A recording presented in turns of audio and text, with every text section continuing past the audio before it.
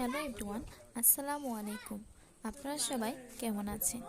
I hope আপনারা সবাই ভালো আছেন। আমিও আপনাদের দোয়ায় খুব ভালো আছি। আজ আমি আপনাদের সামনে তুলে ধরব আমার খুব পছন্দের একটা জিনিস, ছাদ বাগান। আমার মতন আপনারা কে কে ছাদ বাগান করতে পছন্দ করেন, প্লিজ কমেন্ট বক্সে জানিয়ে যাবেন।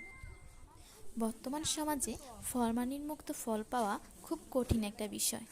ফরমালিন মুক্ত ফল পাওয়ার একমাত্র অবলম্বন হলো ছাদ বাগান। ছাদ বাগান কথাটা শুনতে ঠিক যতটা সহজ, মনের মতন ছাদ বাগান গড়ে তোলাটা ঠিক ততটাই কঠিন।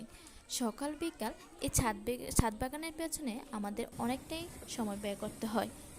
আমার ছাদ বাগানে রয়েছে বিভিন্ন ধরনের ফল ও সবজি। বর্তমানে আমার ছাদ বাগানে রয়েছে সফেদা, আমড়া, মাল্টা, কলা, আখ ইত্যাদি।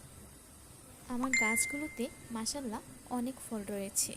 যারা আমার মতো ফলন পেতে চান তারা প্রতি মাসে পরিমাণ মতো খুব অল্প পরিমাণে গাছের গোড়া কোকোপিট ও লাল মাটির সার মিক্স করে গাছের গোড়া থেকে একটু দূরত্বে মাটির সাথে মিশিয়ে দিবেন এবং দৈনন্দিনের সবজির খোসাগুলো একসাথে জমিয়ে যখন পচে জৈব সারে পরিণত হবে তখন সেগুলো গাছে ঠিক পরিমাণ মতো করে সপ্তাহে দিবেন।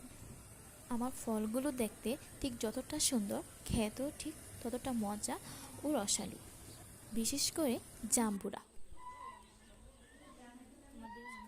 এটা হলো সফেদা।